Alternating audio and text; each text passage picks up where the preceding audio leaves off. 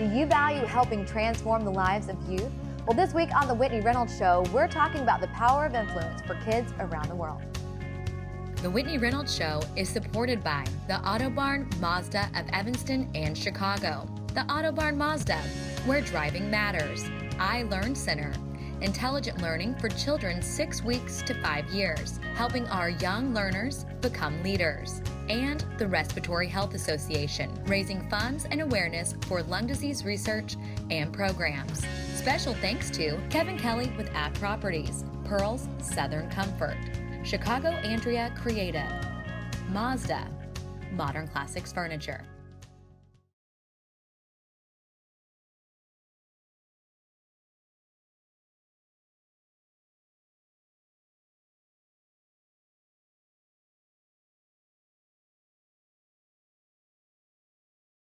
What if I told you everyone watching today has a chance to change a life?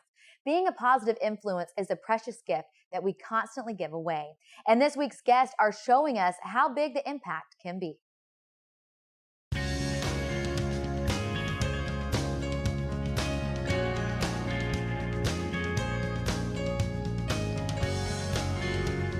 You're watching The Whitney Reynolds Show.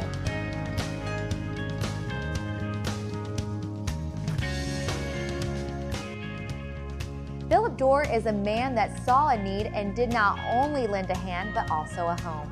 Today, the child he welcomed in with open arms is out of trouble and in college. Let's take a look at their story. Welcome to the show. Thank you, Whitney. It's good to see you. Good to have you on here. We are talking about mentoring, and you took a young man from Chicago off the streets into your home. What inspired you to do that? It was calling. And I met him when I lived here in Chicago. Knew him, lovable, great kid. Got a call from a coach, said we need to get him out of here while he's alive. And I just wanted to do it.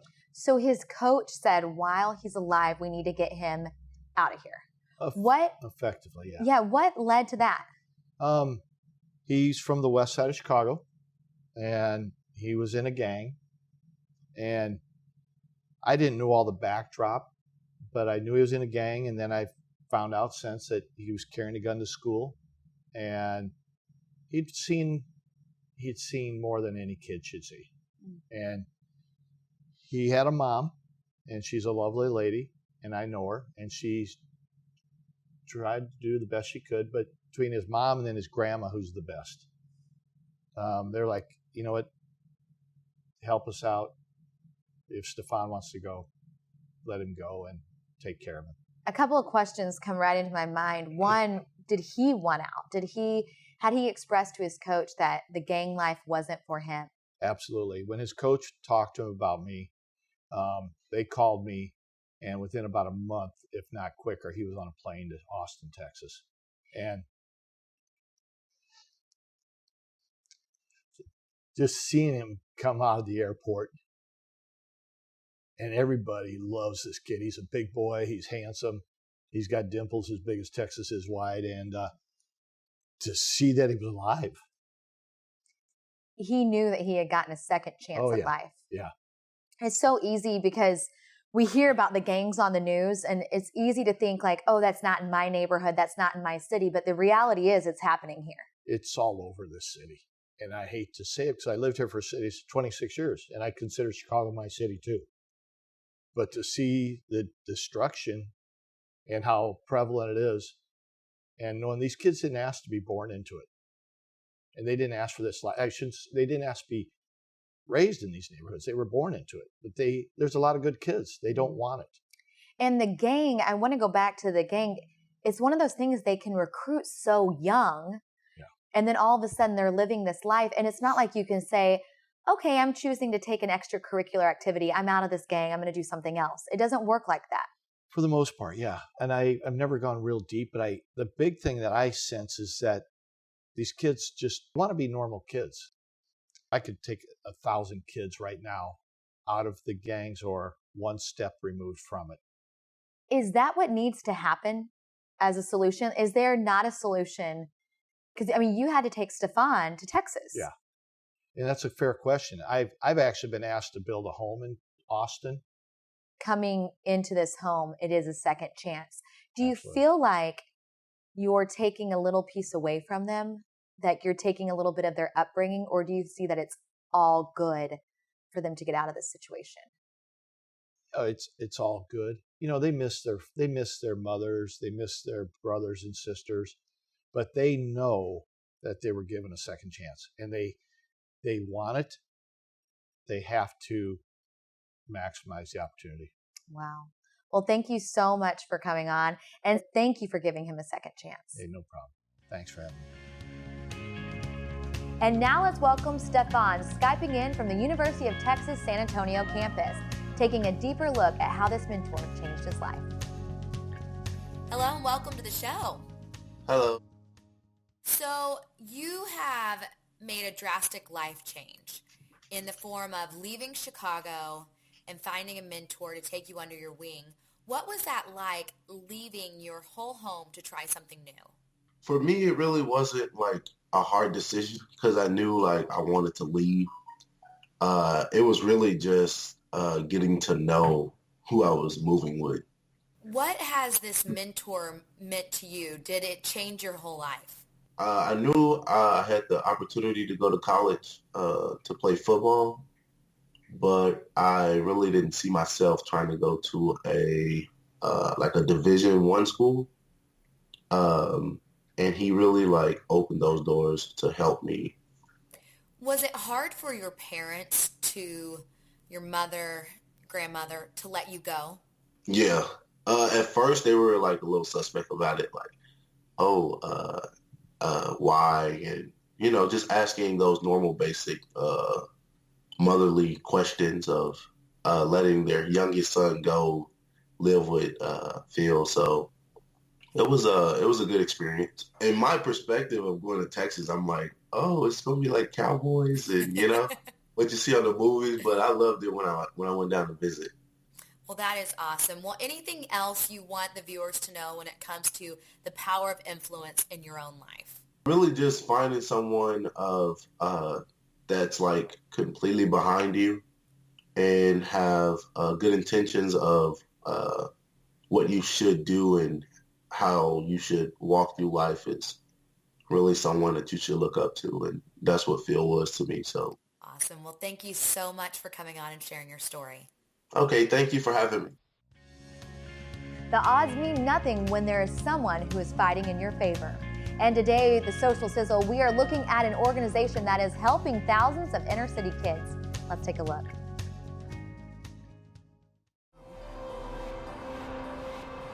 My life before coming about the hand was terrible. I was skipping class. I used to be getting in a lot of fights. I was really disobedient, disrespectful. I used to gangbang, hang on the streets a lot, and I did not know nothing about college. My grades were like really, really bad. I was getting D's and C's. I never really believed in myself before I came to By the Hand. I didn't even think I could get into college. Now that I've been coming by the hand, I know that I'm going to college. And now I'm getting A's and B's.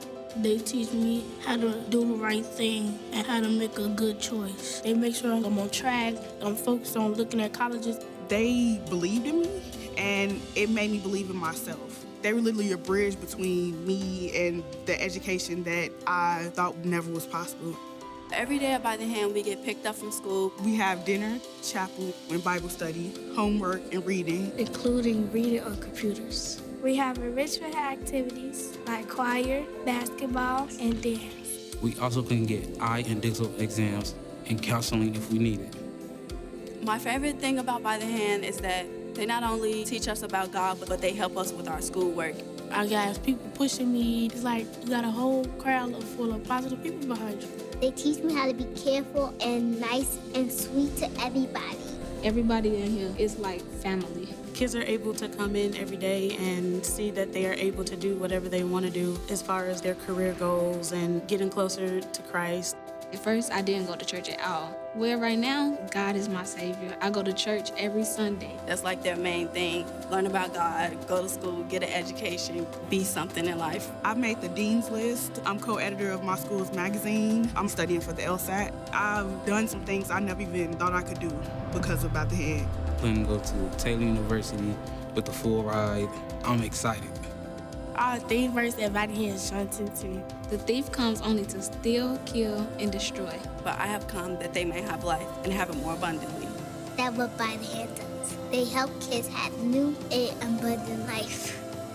I'm thankful By the Hand came into my life right now. By the Hand changed my life. They're always there whenever I need them. By the Hand is amazing. By the Hand has helped me out tremendously. It's been amazing. By the Hand has changed my life. I don't think I can put into words how thankful I am for By the Hand. That's how big of a part they played in my life.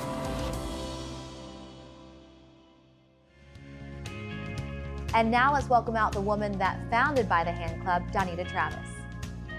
Welcome to the show. Thank you. So tell us about By the Hand Club. We just saw the video and it is amazing what you started. Where did you come up with this idea? Well, I was working in advertising. I was a businesswoman and an entrepreneur, started an ad agency and grew it. It was about 80 million in billings and about 40 staff. And while I was praying, God just tugged on my heart and said, I'd like for you to start spending some time with kids. He actually spoke a verse to my heart, John 10:10, which is about abundant life. And he said, I want you to help kids in the city have abundant life.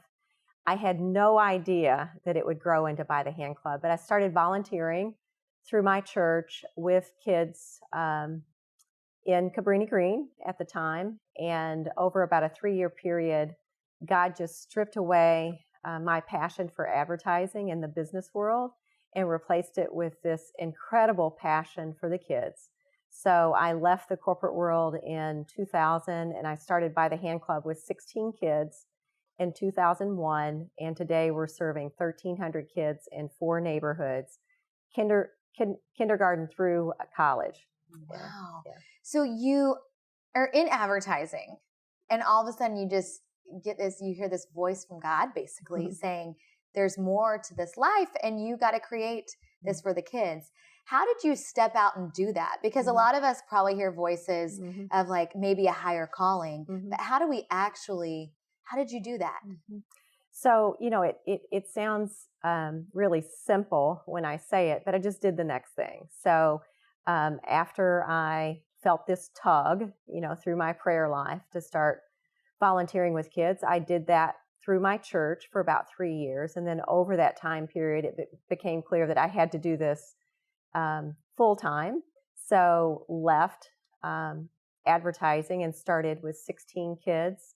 That's when By the Hand Club started, 16 kids and 1 part-time staff member who was a mom who lived in Cabrini. And then the next year we grew to 42, and then the next year to 84, and then the next year to 100 and some, and then the next year to a couple of hundred. And here we are today. So with that, you have so many amazing stories of kids that you've helped.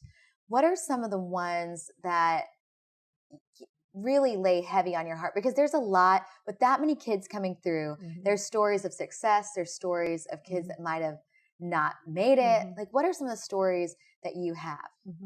Well, first of all, I have so many stories, and I could sit here all day and share stories with you.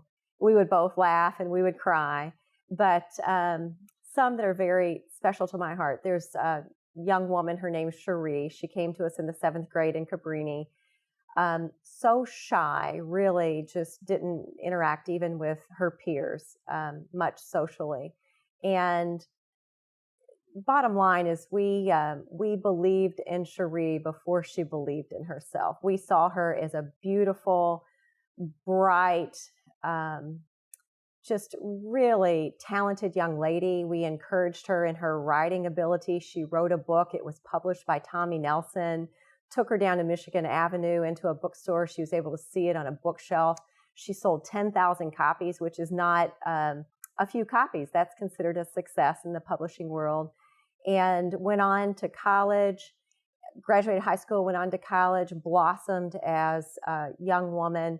And she's on staff with us today, now doing that with other kids there at By the Hand Club. Again, just story after story of believing in kids before they believed in themselves, pointing them in the right direction, giving them some love and support, helping them see how precious they are to God, how precious they are to us, and then just watching them blossom. How do you get the parents to trust you with their kids?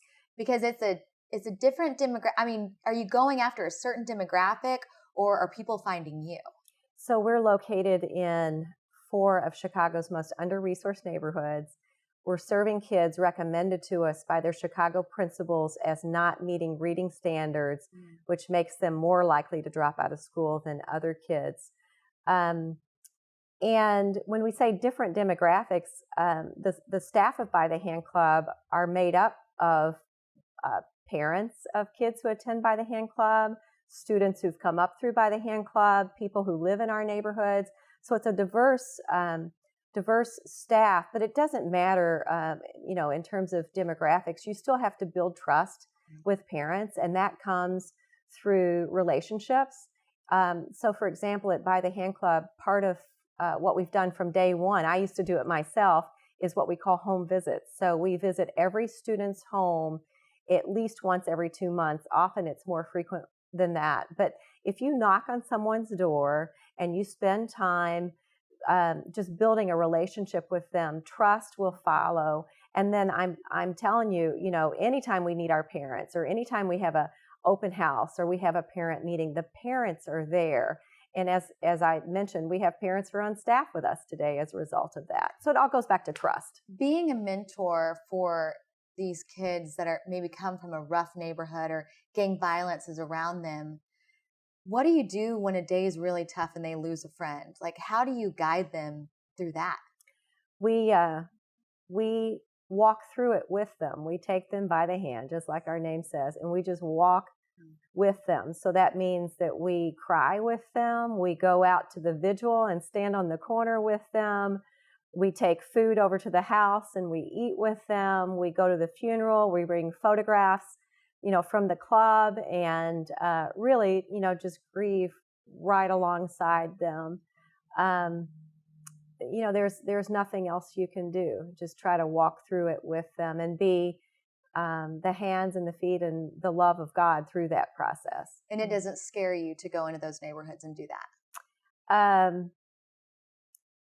I believe the safest place to be is in the center of God's will, and I'm right where I'm supposed to be. That's good. Well, you are a mentor without limits, and I love that. Thank you for coming on. Mm-hmm. Thank you.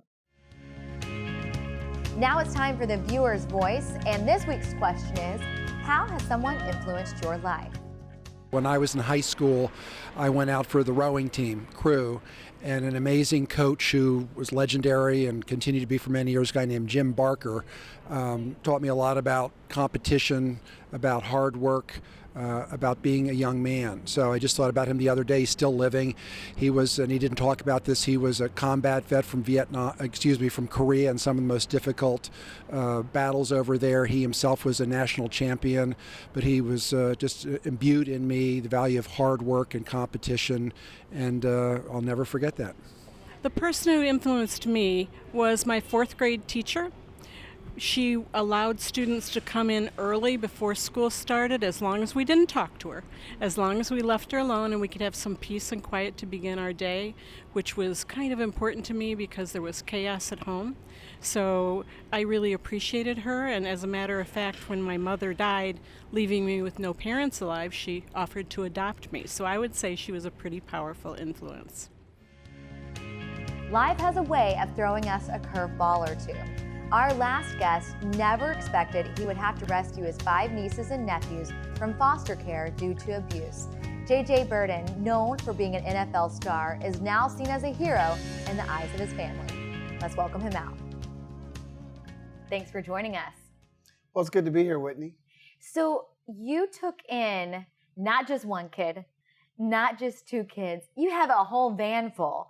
How did you get to that point that you decided that you were going to step in?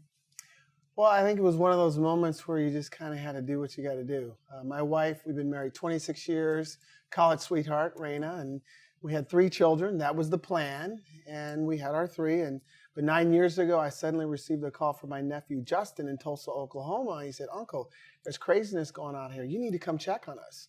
So I flew out to Tulsa to check on my 5 nieces and nephews, and 24 hours later, I was standing in a courthouse before a judge, and the judge said, Mr. Burden, we're going to take your 5 nieces and nephews and place them in separate foster homes. You're the next of kin, so what do you want to do? That was the moment, and you're just like, what do you do? So you flew out there just to do like your own little wellness check. Right. It was that bad at that point that they were going into court. Yeah, it was that bad to where I was hesitant to go, but my wife was like, you need to go. Something's not right. And then 24 hours later, I learned so much within that time that now I was faced with a decision on what to do with the children. How did you decide that? Because today's show is about mentoring and stepping in, but you didn't just step in. You all of a sudden became like leader of a household, a whole house. Like, how did you do that? Well, the first thing I did is I did what any smart husband would do. And I said, Judge, let me call my wife first. Very good point. Yeah. I hope all the men are listening. And that was really a 5-minute conversation with my wife, Raina, because we both realized that we couldn't just leave them. We had the ability, we had the desire, and we just said, you know what, let's take them. And that's what I told the judge, and we just did it. Were you still playing football at this time? No, I wasn't playing football, but I was pretty busy working wise, and I had my own family going, so it was a big decision, but we saw it as an opportunity to impact 5 more lives. Wow.